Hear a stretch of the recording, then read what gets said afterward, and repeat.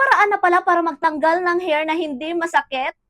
Bakit ngayon ko lang to nalaman? Grabe, ayoko na talagang mag-ahit, mag-wax o mag-puller sa kilikili hair ko.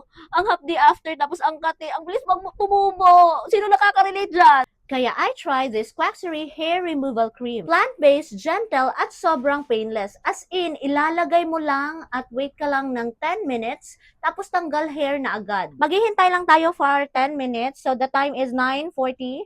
So 9:50, tatanggalin natin to. It's 9:50 na, guys. Nyo, guys.